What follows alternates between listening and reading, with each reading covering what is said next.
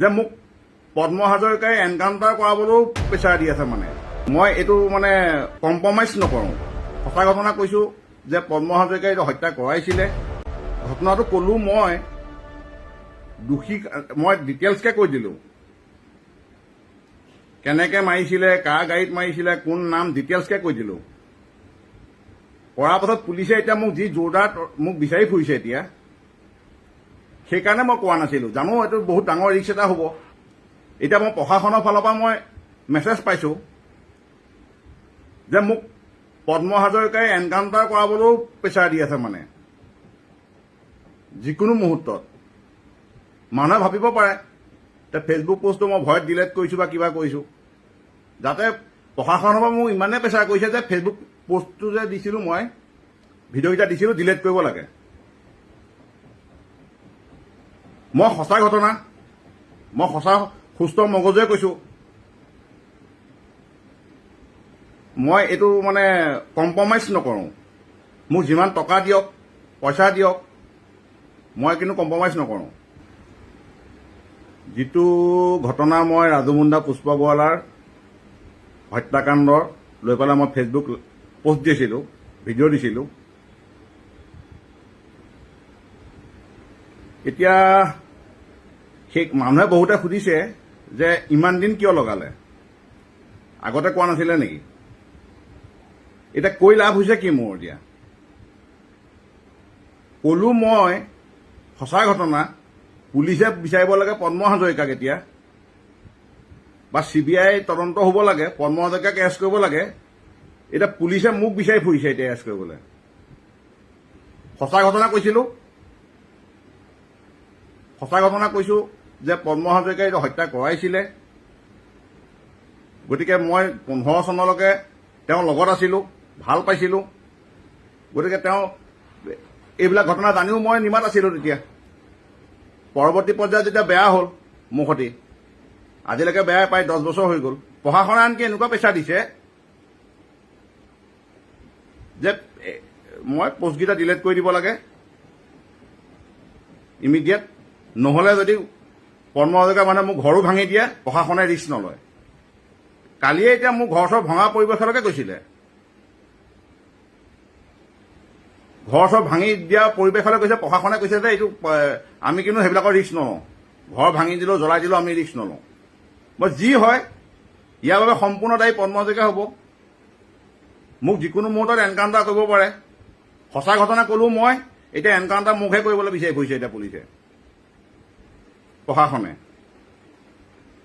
আৰু মই অতিকে আচৰিত পালোঁ, মানুহ এনেকুৱা তললৈ যাব বুলি ভবা নাই।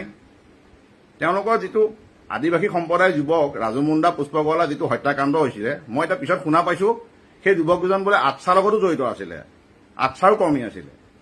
সেই আটছা সংগঠনে প্ৰতিবাদ কৰিব নালাগে, ভয় কৰে বা প্ৰতিবাদ কৰিব নালাগে। তেওঁলোকেতো এটা প্ৰেছ মিটত দিব পাৰিলেহেঁতেন যে এইটো তদন্ত লাগে, CBI তদন্ত লাগে বুলি। কিন্তু আমি প্ৰত্যেক ইলেকশ্যনত আজি আদিবাসীৰ ওপৰতে মানে হত্যালীলা চলি পেলাই আজি কোনোবা MP হয়, কোনোবা MLA হয়, কিন্তু আজি কোনোবা চৰকাৰত আহিলে কিন্তু আমি সমাধান কৰি দিম বুলি কয় বা দোষীক কৰায়ত্ব কৰিম বুলি কয়, কিন্তু আজি থকাৰ পাছত কিন্তু আজি কোনো মানে দোষীক কিন্তু কৰায়ত্ব কৰা আমি দেখিবলৈ নাপাওঁ। তেনেকা আমাৰ সমগ্ৰ অসমতে তেনেকা ঘটনা ঘটি আছে। সেইটোৰ কাৰণে আমি আদিবাসী ছাত্ৰ সন্থা ভাৱে স্পষ্টভাৱে আমি মাননীয় মুখ্যমন্ত্ৰী হেমন্ত বিশ্ব শৰ্মা দেৱক আমি দাবী জনাইছোঁ, এইটো কেছৰ ওপৰত মানে ষ্ট্ৰংলি তেখেতে মানে ষ্টেপ লওক আৰু আমাৰ পুষ্পগোৱালা আৰু ৰাজু মুণ্ডাৰ পৰিয়ালক মানে ন্যায় দিয়াৰ ব্যৱস্থা কৰক। আজি বিশ্বনাথবাসীৰ লগতে সমগ্ৰ অসমে কিন্তু এইটো কেছত কিন্তু চকুত হৈছে আৰু সকলো মানুহৰ মনত আজি প্ৰশ্ন আছে। সেই প্ৰশ্নৰ কিন্তু আজি মুখ্যমন্ত্ৰী ডাঙৰীয়াৰ কিন্তু আমাক এনচাৰ আমাক লাগিব। আৰু লগতে আমি ইয়াতে ক'ব বিচাৰোঁ, আজি মানৱ হাজৰিকা ব্যক্তিজনক কিন্তু প্ৰটেকশ্যন দিব লাগে প্ৰশাসনে। তেখেতৰ প্ৰাণৰ আমাৰ শংকা আছে, ভয় আছে বুলি আমি ভাবিবলৈ বাধ্য হৈছোঁ। সেইকাৰণে এই মানৱ হাজৰিকাকো আজি চৰকাৰে প্ৰটেকশ্যন দিব লাগে। আৰু যিমান মানুহৰ ইয়াত নাম উত্থাপন হৈছে এইটো ঘটনাৰ লগত, লাগিলে নৰ্জমৰ চৰকাৰে হওক, প্ৰবীণ হাজৰিকা বিধায়ক হওক, আৰু যিমান আজি এম্বেচেডাৰ থকা ব্যক্তিৰো ইয়াত নাম উত্থাপন, সকলোকে আলোচনাৰ সকলোকে তদন্তৰ আওতাত আনিব লাগে। আৰু যদি আমি 24 ঘণ্টা বান্ধি দিছোঁ আদিবাসী ছাত্ৰ সন্থাই। যদি 24 ঘণ্টাৰ ভিতৰত তদন্তৰ আওতাত যদি না নেয়, তেতিয়াহ'লে আদিবাসী ছাত্ৰ সন্থাই কিন্তু সমগ্ৰ অসমত কিন্তু আমি আন্দোলন কৰিবলৈ কিন্তু বাধ্য হ'ম। কোনো নকলেও মই এই কথাটো মৰালৈকে মই এইটো যুঁজি যাম। দৰকাৰ হ'লে মই সুপ্ৰিম কোৰ্ট যাম, মই যদি বাচি থাকোঁ। কিন্তু মই এইটো আজি এটাই সুখী যে সেই দুৰ্ভগীয়া তেওঁলোকে নাই কংগ্ৰেছ জানে নাই বিজেপি জানে কেৰম বৰ্ড কেৰম খেলিছিলে, তেওঁলোকক পলিটিক্সৰ বাবে হত্যা কৰিছিল। তেওঁলোকৰ ঘটনাটো মই আজি ৰাইজৰ আগত দাঙি ধৰিলোঁ।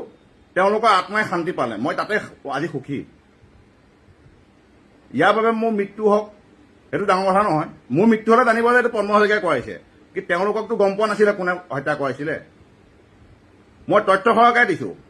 15 মানুহে যে কৈছে ইমান দেৰিকৈ কিয় কোৱা হ'ল, 15 চনলৈকে মই তেওঁৰ লগত আছিলোঁ, লগত ভাল। তাৰপাছত পৰৱৰ্তী পৰ্যায়ত মোৰ ইটোৰ পাছত সিটো কেছ লগাই আছে। আজি কোৰ্টত একো নাই, কোৰ্টে চব ভুৱা বুলি গম পাই, একো কেছেই নাই মোৰ এতিয়া। আৰু তেওঁলোকৰ সাংগু পাংগুখিনিক লগাই দিছে মোৰ কথা একদম মানে কাৰা অৰ্ডাৰ। তাৰমানে নহ'লে সিহঁতকো পিটিম বুলি কৈছে মানে পদ্ম হাজৰিকাই, সিহঁতৰ লগত থকা যিখিনি সাংগু পাংগু আছে, যে মোৰ কথা বিভিন্ন ভুৱা বাতৰি প্ৰচাৰ কৰ, কৈ আছে গৰ্ভৱতী মহিলা হত্যা কৰাৰ কথা। ক'ৰ গৰ্ভৱতী মহিলা, কাৰ ঘৈণীয়েক, কি নাম আছিলে, কোন গাঁও আছিলে, একো কথা নাই। গৰ্ভৱতী মহিলা হত্যা কৰিছে বুলি মোৰ কথা এনেই ভুৱা প্ৰচাৰ চলি আছে। মোৰ নাই তেনেকুৱা কিবা পুলিচত কেছ আছে আজিলৈকে।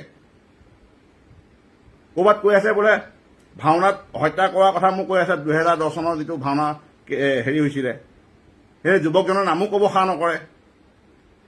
সেই যুৱকজন আছিলে পদ্ম হাজৰিকা, যিটো কৈছিলে যে 2007 চনত তেওঁক হত্যা ষড়যন্ত্ৰ কৰিছিলে, যিটো গুলীয়াই পেলাই তেওঁ তাৰ নাম সাঙুৰ খাইছিলে, সেইখন ভাস্কৰ বৰা বুলি। সেই ভাস্কৰ বৰা যেতিয়া হত্যা হৈছিলে ভাওনা চাই থকা অৱস্থাত, সেইটো চবেই জানে পদ্ম হাজৰিকাই কৰাইছে বুলি তেতিয়া। আৰু তেতিয়া মই পদ্ম হাজৰিকাৰ লগত আছোঁ, চবেই জানে মই ৰাইট হেণ্ড। তেতিয়া ৰাইট লেফ্ট দুটা হাত মই আছিলোঁ, তেতিয়া চবেই জানে পদ্ম হাজৰিকাই কৰাইছে বুলি চবেই জানে। সেইবোৰ ভুৱা প্ৰচাৰ নাম ক'ব তেওঁলোকে নোৱাৰে, অমুকটো তমুকটো কৈ থৈ দিয়ে। মই নামে সতি সাক্ষীয়ে বাদিয়ে ডিটেইলছ কৈ দিছোঁ। মই কালি মোৰ ঘৰ ভাঙিব পৰ্যায়লৈ কালি আহিছিলে, ঘৰ ভাঙিবলৈ। আকৌ ঘৰ ভাঙিবলৈ এতিয়া এনেকুৱা প্ৰশাসনে কৈছে যে ঘৰ ভাঙিলে আমি ৰিস্ক নাই। এইখন হিমন্ত বিশ্ব শৰ্মাৰ চৰকাৰ হয়।